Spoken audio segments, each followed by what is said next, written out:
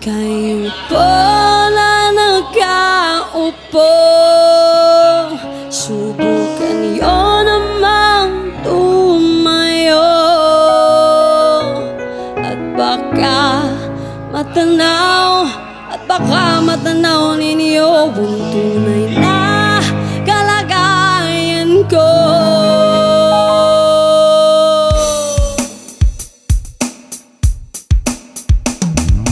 Tao po, nandyan po ba kayo sa loob ng malaking bahay at malawak na bakuran? Mataas na padero pinapaligiran at nakabilang mga mamahaling sasakyan. Mga banday na laging pulong, wala namang kasal pero marami ang nakabaro. Lumakas man ng ulan ay walang putas ang baba, mga batot kutsara na hindi kilala. Totoo, huwag kang masyadong halata, pato.